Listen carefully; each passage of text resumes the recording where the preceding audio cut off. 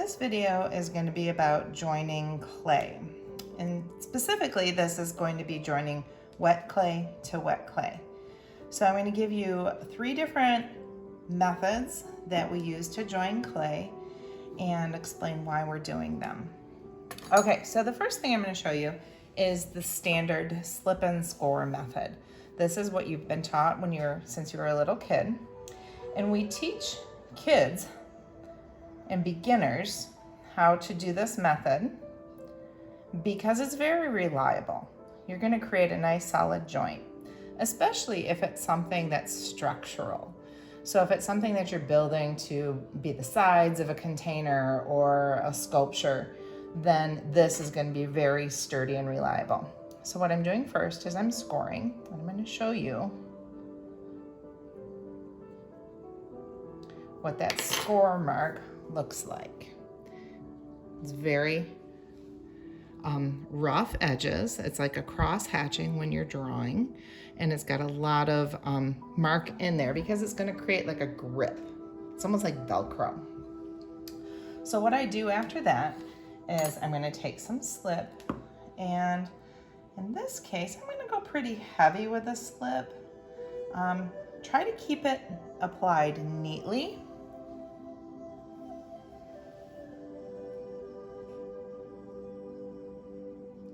So you can see that it's neat, but it's heavy. Now, my goal for this is to get a nice ooze. So I'm pushing down, and you can see that the clay kind of oozes out, and you can see that it oozes there as well. Now, on this side, I've got a really nice ooze, and that's exactly what I wanted to see. And I'm going to take my paintbrush, and I'm going to pack it in there a little bit. Not really cleaning it up, but packing it in. And on this side, I have a few spots that have some gaps. So I'm going to take this in and pack it into that gap. Now I can come back to this at another time, and once that slip starts to turn into clay, that water is going to evaporate and it's going to feel more like clay, and it's going to suck into the crease, and that's going to create that seal that's very reliable. And after that, I can clean it up. So what I'm going to do now is show you the next method. Cut this off and set it aside. And this method is going to be merely joining clay. We're just going to blend it together. Okay? And so this one is a little bit riskier. We don't show this to beginners because sometimes people will take shortcuts. Now the problem with this is, although it can be a very reliable method, it still can be used for structure. You have to be very aggressive, and you have to pay attention to what you're doing. You can't just kind of blend it in lightly, because you'll create air gaps right in here. And that's going to create pulling away, and it might look nice from the outside, but it's not very aggressive, and it's not going to be very structurally sound. So you have to be very aggressive. What you have to do is consider taking half of the surface and really merging those pieces together, and be very aggressive in how you blend it.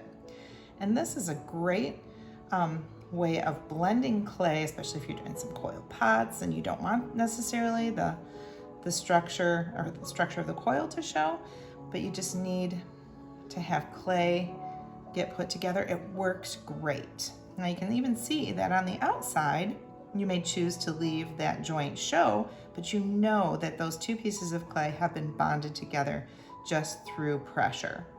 So that is a great way of joining clay. Now, another option that we have is when you're still joining wet to wet. Both of the pieces of clay are the same consistency here, but you have one piece that might be thinner, or a different thickness, or a different size scale, different proportion. So I have this little piece, like a little leaf, and I'm trying to make it really thin and delicate, and I want it to have some very distinctive shape. And I want to get this stuck to the surface, but I don't want it to blend in. So one thing I can do is create maybe just a little bit of score mark. You don't even need to do that really. But you're gonna take, I like a brush in this case so it can be a little bit more precise, and you're gonna take some slip on the back, just a small bit, and you're gonna press it on to the surface, and you can see in here that some of it oozes out. I'm gonna kind of pack it in there, and I'm not gonna really clean it up at this point. I'm gonna let that just sit, and if I need to come back and clean it up later, I can. Now the tricky part with this is, because I'm not blending it in like I did with the others, this is going to dry faster than the thick surface that it's joined to because it's so much smaller in scale. And the slip is gonna dry faster. So what I would do is take some damp paper towel and check it regularly, making sure this stays damp, and give this big thick part an opportunity to dry while this stays at a nice damp to leather hard consistency. This will just slow the process down, and it is a little bit slower, tedious, and you do have to pay attention. This is a great way to work and create decoration, not structure, but decoration, if you have some time to spend watching it. So that's a great procedure to work with that. Now this is all with wet to wet clay. In other videos, you're gonna see how to join leather hard clay pieces together, and then some ways of fixing things or correcting mistakes or adding things when you have different clay consistencies.